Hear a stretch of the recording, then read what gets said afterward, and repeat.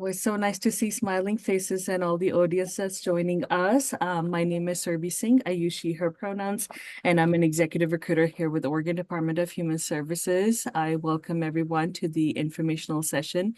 We have this time for a child welfare program manager position. We'll be going through some agenda items we have that will be, of course, introducing to the hiring manager and the team. We'll be covering what the skills and expertise attributes we're looking for in this role, what the day-to-day looks like, what the rewards and challenges are, the onboarding and training plan, work schedule, the overall recruitment process, and then we'll open it up for any Q&A. With this, I've done my introduction. I'll pass it to Kara. Hi, good afternoon, everyone. I'm Kara Dodson. She, her, hers are my pronouns, and I am very happy to see you all here today. And I am the Senior Operations Manager here in District 2 for Child Welfare, and I'm in an interim position as a Senior Operations Manager. Marissa, would you like to go next?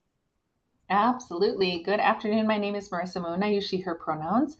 I am the district manager for Multnomah County, which is District 2, overseeing all of our child welfare and anti-poverty programs here locally in Multnomah County. We're very grateful for the time that you all are taking and joining us today. So thanks for being here. Thank you, Kara. Thank you, Marissa. I appreciate the introductions. With this, as I said, we're recording this session. It'll be later shared with participants and attendees today and the applicants later as well, so that any questions regarding that, feel free to reach out to me as well. But we want this to be available as a resource as well. So with this, our first agenda item is Karen and Marissa, if you can share what the vision of the team is for this child welfare program manager position. 100%. I can get us kicked off on this part. The vision for this position is we are looking for a leader to lead our child protective services teams on the west side of Multnomah County. So we currently have 2 branches in Multnomah County that are on the west side. We have our Alberta branch and our Midtown branch. And this position would be overseeing the teams that are within each of those branches.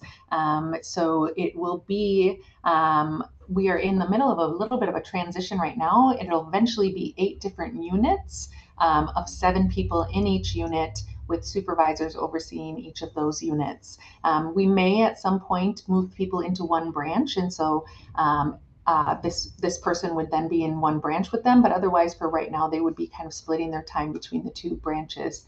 So we're looking for somebody who is able and willing to lead a group of workers who are investigating child abuse and neglect allegations, and then moving forward with planning with families if children are assessed as being unsafe.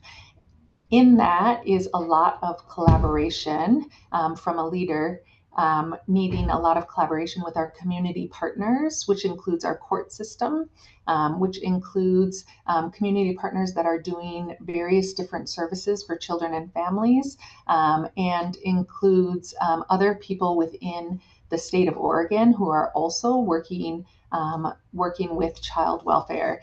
So we are looking for a leader who has knowledge and insight or ability to learn that Child Protective Services is able to lead at a high level. Lots of different folks that are investigating child abuse and neglect allegations, and then really connect in with our community partners as well to ensure that we are assessing and doing our jobs in a way that works for the local community here. So we're really looking for somebody who can be a leader to reinforce our policies and procedure, our Oregon safety model, which guides our work, and then work with other folks that are on the team. So this person would be joining a team of program managers that are all managed by Kara.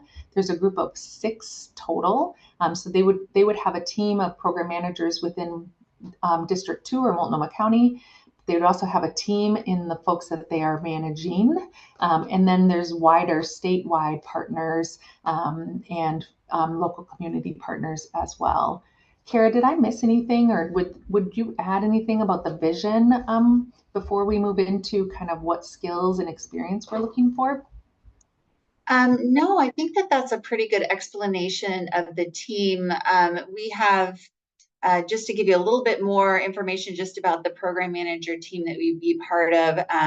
There would be, you would be the West Side CPS program manager. There would be an East Side CPS program manager, another manager on the West Side that would have two programs, and that would be permanency and certification. And then the exact, the same on the East Side. We also have a program manager for our Gateway branch, and then a program manager, which we're calling our community, help me, Marissa, community response or community. It's Friday afternoon. I'm sorry, I'm not going to get It's it. like, yeah, it's a really long title. But within that program is like our ICWA team, our family time coordinators, and our family services team. So a few of our community kind of facing programs, as well as the supervisor that supervises the program, or the services that are administered out of the juvenile court. Wonderful. Marissa, sorry, I didn't mean to interrupt. No, Perfect. I was gonna say I'd love to talk a little bit more about the skills that we are looking for now, as well as the experience. So the experience is pretty clearly outlined on the advertisement as 6 years of supervision or 3 years of related experience and a bachelor's degree in a related field. Definitely want folks to include all of that information in their application materials.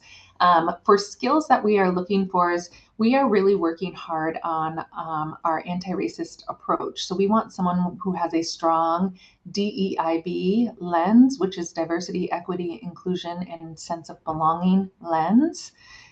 We also are wanting folks to have a strong skill set in communication and have the skill set to manage competing demands on their time.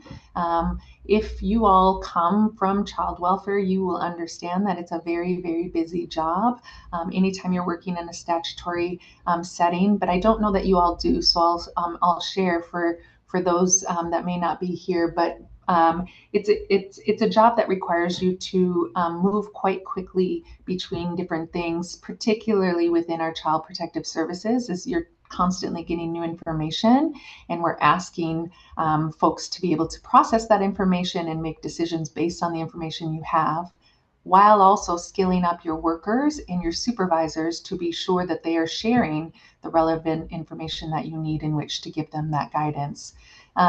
Additionally, we're looking for folks who have a strong understanding of safety models. It could be the Oregon safety model or another safety model. And we're also looking for folks that have the skill set of change management and of supporting staff through difficulties in difficult times. Child welfare is a place where staff often experience burnout and often experience higher case loads than they would like, and the job feels very relentless most of the time. And so it's helping to kind of keep staff engaged in the work, and that includes just the supervisors you would be overseeing, but then also really bringing staff along on that and ensuring we have as much self-care and wrapping around folks too, while having clear expectations and guidelines there. Serby has been kind enough to put a lot of information in the chat for you as well, but wanted to share some of those pieces as what we're looking for in our skills and experiences. Kara, what else are you looking for as the hiring manager in skills and experiences? I really feel like we are in a place in this district where we're doing a lot of change. And so really a manager that can help communicate those changes, but help people bring people along and support them through that process. And that's, our supervisors and also the staff that they supervise. I'm really looking for somebody who is able to be kind of flexible and adaptable, because things are always moving and changing. And also sometimes we envision a plan and then it doesn't work and we have to shift and try something differently. We're also, because we're in like this change of place, there's some unintended like consequences or things that we didn't know. Oh yeah, we probably better like take a look at that and scope that out right away. And it might mean that we are having to make some like intermediate kind of plans, just to get us to the place where we make the more permanent type of plans. So I really need people that can kind of be okay with that and be okay with like, we don't necessarily know like all the answers right now. But we will get there. The other piece that I would mention is really honing in on the data-informed decision maker. ODHS Child Welfare has a vision for transformation, and the vision for transformation has several different tenets. The piece that within that talks about data-informed leadership and data-informed decision maker is really quite important to us here in District 2, and we use data to drive our practice and to move and make decisions. So that is a huge component of something that we are looking for in our next leader for this position, alongside of somebody who has the core value that children do best when they are at home with their families. And if that is not possible, then they do best when they are with people that look like them and that are of the same culture that they are. And so, just really honing in on those pieces here and really embedding the vision for transformation into the work that we do. Which brings us to our next thing that we wanted to share with you all, which is really, what does a day look like here as a program manager? And first and foremost, at this level of work, there are no 2 days that look the same. However, there are some things that are consistent about the work that this person would be doing. So first and foremost, on a Monday morning, this person would be joining all of the other program managers from Multnomah County and some other leaders in a meeting with Kara in person, and kind of getting information from our central office leadership, who creates rule and program, as well as our director's office, who oversees all of ODHS, and getting that information, dissecting that information, and then making it into plans as to what we're going to do and how we're going to embed that into our operations. That is part of the planning that then happens for Tuesday, which is when this program manager would be then at a place of sharing that information and facilitating a meeting with all of the managers that they oversee. So it's kind of this through conversation that happens. The supervisors then are responsible for taking the information from that management meeting on Tuesday and bringing it to their unit meeting. So you can see there's kind of a loop of communication that is occurring. So that's a chunk of that leader's time. The other pieces is that they would be spending time both inward facing by doing direct supervision of the supervisors that they manage, and attending meetings with colleagues as well, and externally facing of having conversations and meetings with the community partners too, and really listening and hearing and gleaning more information about the work that's being done by the team that they oversee, and building relationships with the local community in order to improve those relationships and improve with the goal of improving outcomes for children and families.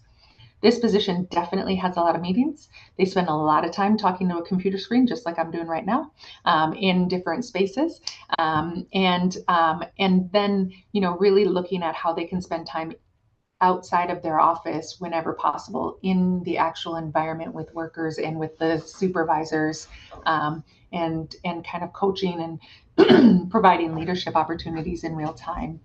Another team that this person would be on is our statewide program managers, and there every month is a day and a half meeting that all the program managers come together and have conversations as well, where a ton of information is not only shared, but also is received.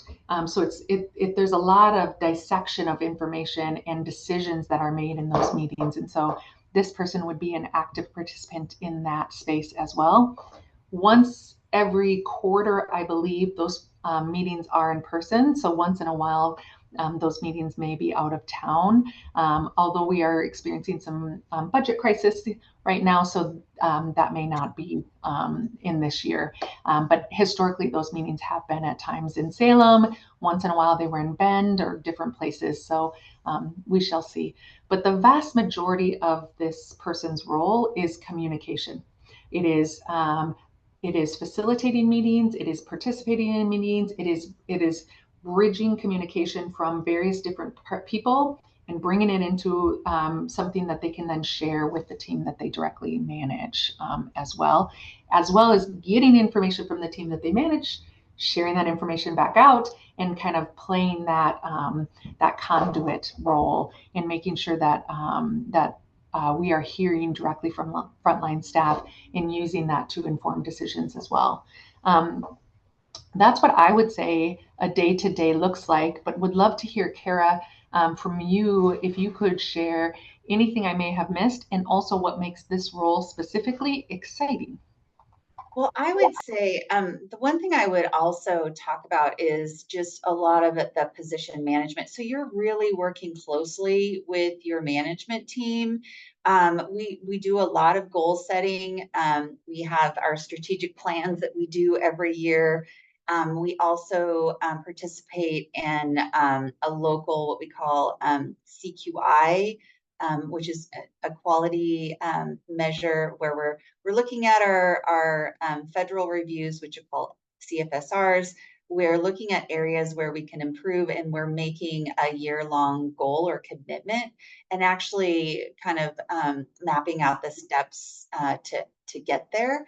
So yeah, so there's a lot of just working with your core team around improving things like customer service, things like how we are assessing, how we're using our safety model to fidelity, and just really digging in about the pieces in order to get those things done. I also spend a lot of time in clinical supervision with our supervisors, just one-on-one, and talking with them about just how they're doing, helping them to grow and develop, figuring out their own, like what supports that they need to get to where they need to be, and just helping them individually to then become a strong team together. So those, and I also think that's an exciting part of the job. But truly, the best part is when you see things working, right? You see things that this team has set as goals for themselves, and then actually begin to see change and attain those goals. It is electric. It is super exciting, especially when you see your team like working together in ways that they haven't before, and really, kind of leaning on each other, and just doing, the good work. It is incredible when you see things, especially in CPS, like being able to avoid kids going into care, keeping children at home, being able to put plans in place, being able to return children. I mean, there are so many amazing stories. There is such beautiful work that's being done by the staff here in this district. It's very, very inspiring. Thank you, Kara. I'm trying to get us through the agenda a little bit because I want to make sure that we have some time for any questions as well. But I also want to pause for just a moment and see if anybody had any questions as we walk through this. I see Emma's hand up. Hi, thank you. I'm wondering if you can, I have kind of two questions. I'm wondering if you can speak to some of the changes that are coming up or that are ongoing that you've alluded to. And then the second question is you've also talked about some goals that are set. And so I'm curious what those goals currently are looking like. I think I can answer the first one.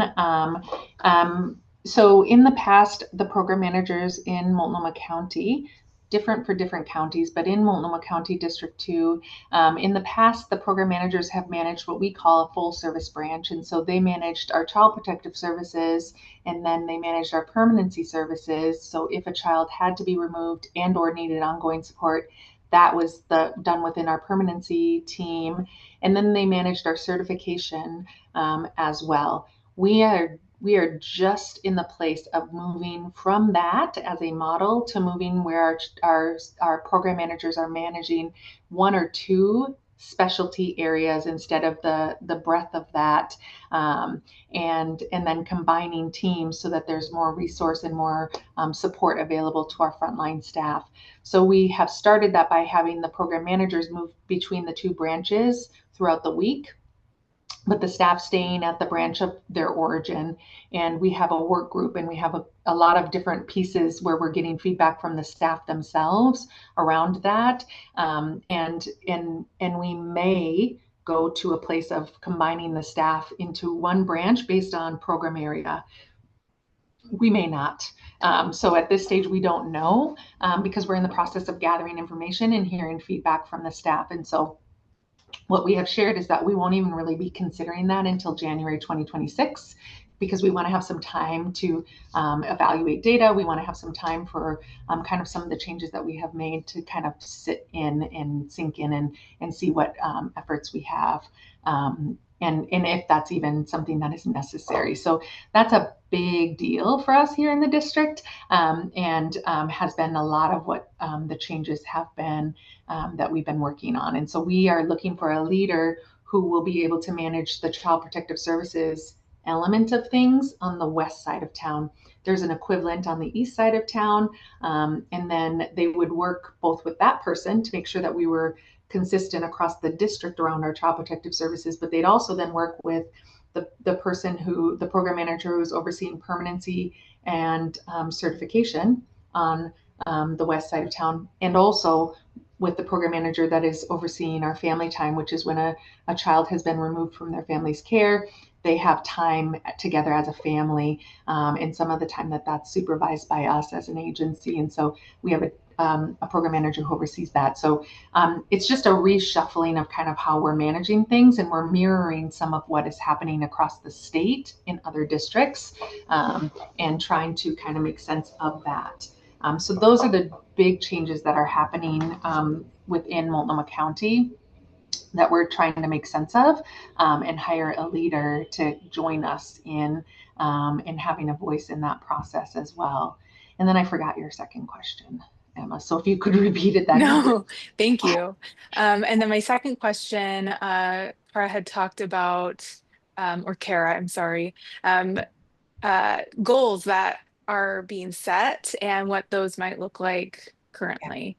And Kara, I'd love to have you answer that one. So, actually, right now, the biggest part of the reason why we are restructuring is to give is to restructure to try to develop a plan, or different planning, different structure around trying to combat like our overdue assessment rate. So this is overdue assessments have been a problem ever since we had this assessment model. So probably for the last 15 years. And we, as an agency and as a district, we're in the same, we'll be at places where we're doing better, and we'll have that rate decrease, but it's never been sustainable. And so we were restructuring around that, really thinking if we have one program manager that is covering one program, which is child protective services, that they can really work with their team in order to decrease overdue assessments, that is their only focus. So we're not having these full service branches where a program manager might be supervising 3 or 4 different programs. They're really solely focused on child protective services. So it is really, increasing the capacity of that team. At the same time, we're also taking on a new model of how we're assigning those cases. And we are actually, I have no shame in saying this, we're stealing this model from District 5, which is Lane County, which is our next largest district to us here in Multnomah. And they, within a year, took their rate from 60% overdue down to 19%. And so we are hoping to replicate their success. And so we are just starting to implement this new process. And along with that, a new system comes like all those other little things that kind of come along that we have to like think about and like restructure and do along the way. So it is an exciting time, I think. So we're only like a week and a couple of days in, and we're already down like 6%. So that's exciting for us. So we just want to keep on this path. Change is hard. And but change is hard. Exactly. A lot of feelings associated with it. Yeah. So this person would be coming into a situation where change is hard, change has a lot of feelings, and like Kara was talking about earlier, that flexibility around we don't have it all figured out. And so we actually are wanting folks to give us that feedback, not just the leaders, but everybody within our district and within our community as well. So, and I see more hands are up, but hopefully that answered your question, Emma, or your questions. Sorry. Yep, that was perfect. Thank you so much. Anna? Hi, everyone. Thank you so much, Kara, Marissa, and Sobi. I particularly really appreciated you describing the day-to-day of the job. That really sort of clarifies how it's going to be. So I have a background in research and evaluations in the nonprofit sector, and I was wondering, so like everything that you described in terms of the everyday requirements and also the skills that are required, I feel like I've done them in the past, and also like I can do them, but it has been in the research and evaluation setting and not in the service provision. But now I want to shift gears and be more in this space. And so I was wondering, when you're sort of judging applicants, would you give preference to people who have had background in service provision, or if they've had skills that are transferable, is it also would you also sort of consider that? That's such a great question, and thank you for asking it. And Serbi, you feel free to jump in as well. First and foremost, we want to screen as many people in as possible and have a competitive process. So we really we don't have like a program that kind of goes through resumes and pulls things out or cover letters. It's all done by people. So first it's Serbi, and then it's Kara and myself, and other people. And so our philosophy as an agency is to screen as many people in and have them then be based on how they are able to kind of respond to the interview questions that they are given and share what their experiences are and how they would, like either transfer skills over from one thing to another or use experiences to inform what they are doing in the future. So we wouldn't necessarily give somebody preference over the other. We don't work that way, and our system doesn't really allow us to. What we do instead is we want to hear from folks on how they think they will meet the requirements of the job, and then speak to that both in their interview application paperwork that they send in, but also through the interview process as well, so that we can then understand, if you've done this work, how you would do this work differently in a different position, and or if you haven't done this work how you would use the work you have done and apply it into this place, is the best answer I can think of. But I have an amazing expert here. Surbi, is there something you would add to that? You're so kind, Marissa, but great question, Anam. This is, there's definitely two myths that I wanted to talk about. First, is there like a computer system or software that runs through the application that does? It's all human approach here. Different recruiters assigned for different roles. So, for example, I'm assigned to this role. As you see in the job posting, we are asking, there's no, we want you to put as many related transferable experiences as possible on your application so that we can understand how are you meeting the minimum qualifications. So 6 years of supervision, management, or progressively related experience, or a degree with along with the 3 years of similar experiences. Like, please list it out in your cover letter. Like, I've done this work, even if it's not public sector or government sector, but I did in a private sector, but I was involved in nonprofit organizations. How do you meet that? And then walk us through every single attribute. Okay, even I always tell candidates, even if you don't have it, but how have your experiences prepared you in order to perform that very certain task or very, specific job, even if you don't have those similar experiences. So we go through the minimum qualification screening, essential attribute screening, and then we have diverse panels throughout the interview processes that come our community partners, our internal ODHS staff, our wonderful hiring team, like that assess you throughout the interview processes, the candidates. But I hope that answers your question. So there's not like preference in that way, but it's like definitely we go through, it's an opportunity for you to tell us, this is what I've done. This is how my experiences have prepared me for this child welfare program manager position.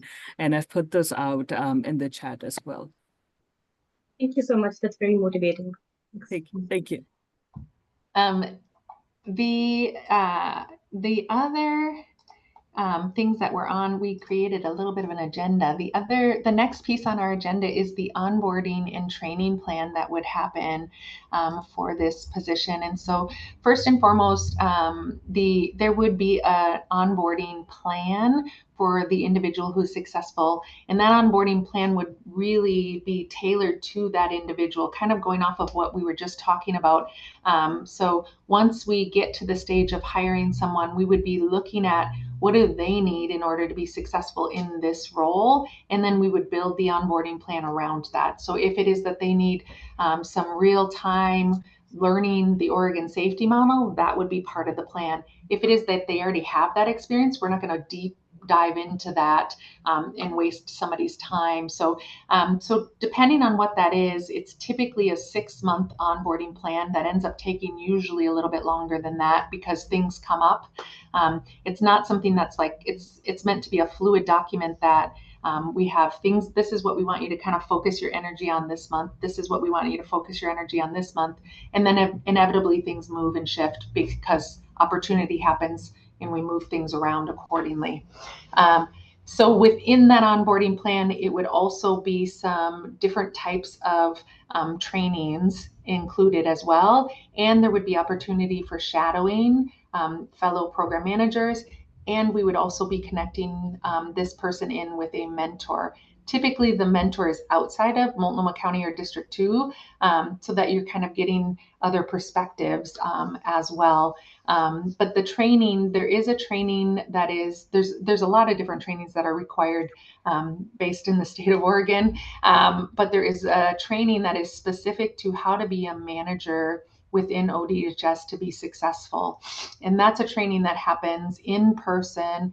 It's once a week for, I think it's either 6 weeks or 8 weeks, and it's in Salem. And so this person would be going to that meeting once a week, that training rather, once a week. And it's kind of an all-day training and for that time period. And then the rest of the trainings typically are trainings that are done at a self-paced manner on your computer. So there's a kind of a variety of ways that we train and onboard our new program managers into their roles. Kara, do you have anything that you wanted to add to that? No, the only thing I would add is that, we really try to support, no new managers need a lot of our time. And so I know I meet weekly with for the first year with all new managers, just so that I'm that there's access to ask me questions, to bounce ideas, to if there's any struggles with like the day to day or particularly complex case or contentious case that's occurring in the branch. Um, I think that it's a really good time for me to kind of help make sure that all of those areas of development that we're plugging in, whatever those are that are identified as supports. Also, just sometimes making sure that they're aware of like all the resources that are available to them. Sometimes we're talking about HR things. Sometimes we're talking about the governor's advocacy office and maybe what follow-ups need to happen. Um, yeah, we'll talk. There's been a lot of talk about the changes and how to deal with those, and just making sure that people aren't in that place of feeling like the stress of I don't know, where to go or what to do next. And I know Marissa, you spend time also with our new program managers too. Oh, absolutely. So that is definitely a part of the sort of package deal that you get, which brings me into our work schedule and required travel. We talked a little bit about required travel. That may actually shift in the future, and we may do even less travel. But there's certainly travel around Multnomah County that is required for this role. Primarily, it will be between the two branches, Midtown and Alberta, which are not very far from each other. But then also that Monday meeting at our East branch as well. But then, occasional travel throughout the Multnomah County area. And then there may be trainings in Salem. There may be meetings in Salem as well, or perhaps elsewhere within the state. But you have a lot of notice of that ahead of time. The work schedule tends to be 8 to 5. This is an exempt position, which means that you very likely will have to work past that at times. We try really, really hard not to have folks working past that too frequently, but definitely we are in a place of there's a lot of busyness happening right now. And so folks are having to lean in a little bit more. We have a very robust after hours system, and this person would be joining an on-call rotation. So they would be on call once for a week from a Tuesday to a Tuesday every 6 weeks, because they would be one of 6 folks that were on call. And in that space, they have supervisors and workers and people with credit cards that kind of can help support. But if there is an issue that they are unable to resolve, it brings it up to the program manager.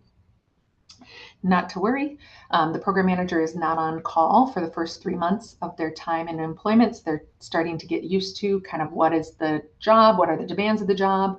And then their first week, they are on call with either Kara or myself.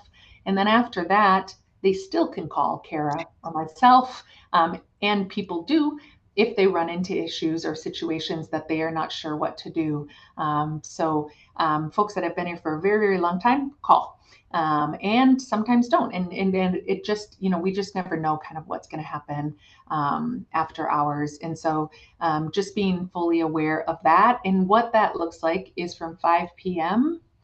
to 8 a.m. the next day is when you might get called. And we ask that the program managers really try to resolve it on their own or with me or Kara, and don't pass it to the other program managers, so that people can then have their breaks from it as well, and get that downtime for when then they are on call as well. So that has been a successful system that we've had in place for quite some time. Some people get a little anxious about it, of like, well, what if I had plans and I was trying to go away for that weekend? We've never had an issue covering, and people just kind of swap and change when they need to for that scheduled time. So just wanted to share that about about the work schedule and any travel things. Serby, I think I'd love to hand it over to you around recruitment pieces, and then perhaps we can do some questions and answers as well. Definitely. Thank you, Marissa. I think I covered a bit and asked a great question about the qualifications and experiences and how the screening will take place. So, in terms of I've put the job announcement link in the chat as well. The recording will be shared later as well. But if there are any technical difficulties uploading your application materials, we are looking for a cover letter, a complete Workday profile with your work history or a resume. Along with that, a cover letter, and that we would like to see how you meet the essential attributes, any transferable skills, direct skills. Please include what you like, for us to know more about you. I think the application materials are a great opportunity to tell us about yourself in determining who would go, for further for the first round of interviews. But if there are any technical issues, feel free to reach out to me, either phone, I'll put my phone number in there as well, or email, more than happy to do that. If you submit your application but can't upload, feel free to send me your application materials and I'll upload it to your application within Workday. Please make sure it's before the deadline, which is Sunday, October 26th, before midnight. I'll be able to accept it prior to the deadline only. And digging more into the screenings for MQs and the essential attributes, the screening takes place and we determine and we curate a list of top candidates who will be invited for a first round of interviews. We are hoping and planning to set it out the same week it closes, week of October 26th. So all the communication and correspondences about selection and any updates will all be done via Workday as well. So yeah, those are the main 2 points that I had for the recruitment pieces here.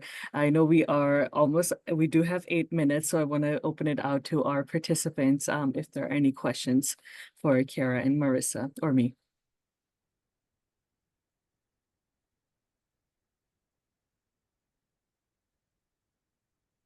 Feel free to come off mic. Go ahead. Sorry, Alicia. Hey, I appreciate you guys talking about kind of the onboarding process. It's nice to know that it sounds pretty intensive. But I'm curious, during the onboarding process, is the expectation to be supporting your direct reports during that time, in addition to doing all the training? Okay. And we'll help with that, right? That isn't, you won't be on your own, kind of just like, okay, well, here's the branch, we'll see you. So we'll help you kind of manage that, those expectations as well, and kind of create what does that look like? Because a lot of what we expect during the first year of a person's employment at a role at this level is relationship building. So it's relationship building with your supervisors, it's relationship building with the staff that are doing the work, it's relationship building with your colleagues, it's relationship building with the community partners, and that in learning. And those 2 things take up time. And so we don't necessarily hold key performance indicators against yourself during this time. It's more about how are you learning the job? How are you starting to adapt to the pace in the work that is being presented to you? How are you using the position and starting to stand in your leadership, so to speak, and start to make your mark on the job? And how do you then lead your team through it? So we are all accountable for this work. We have a new director of ODHS, and one of the things she is focused on is accountability. And we are all accountable to each other in this work, and we're accountable to the families and to the community. And so it's really looking at kind of how that is working for you. But there's a lot of support. There's a lot of people that are here that can support that piece. So the first year is, usually you've done everything once or maybe twice. In that time, it flies by. The first year is the person who would get this position would be in a trial service, which is kind of our version of a probationary period for the state of Oregon. And so that's really an extension of the interview. It's an extension of it's the person telling us, yeah, this is the job for me, and us the same or otherwise. So really helping them make those decisions and go from there. We did have two folks retire from these positions. So we actually have two program manager positions open right now. And folks were working for the state of Oregon in various different positions, but as program managers for quite some time, and they retired after 30 some odd years. So we have this really, like this. Who do they think they are? Like, I don't know who approved that. 3 years later. So we are in a place of hiring for two program managers right now. So we are excited about having folks have new ideas and energy for this work as well. And I would just say that Marissa and I have been covering the program manager role for months now. So we definitely have a good sense and understanding of, like, how to kind of get people rolling and what exactly is kind of going on and in the district and with this position. And so we're totally in the know. We would support a transition time rather than it just being like, okay, now it's yours, kind of a thing. So there would be some handover there. Awesome. Great question. Yeah, great question. Thank you so much. Any other questions?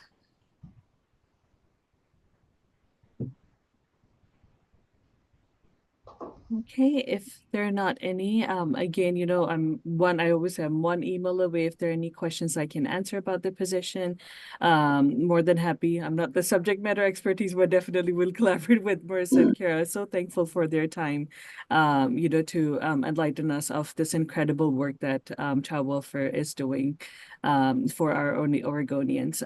The recording link will be shared next week with all the participants registered through Zoom. And as folks apply for positions as well, I'll make sure to send out the position description and these resources as well. But as I said, as soon as the position closes, we're hoping to send out first round of interview invitation within October 26th. So not the next week, but the following week. But again, I am one call away.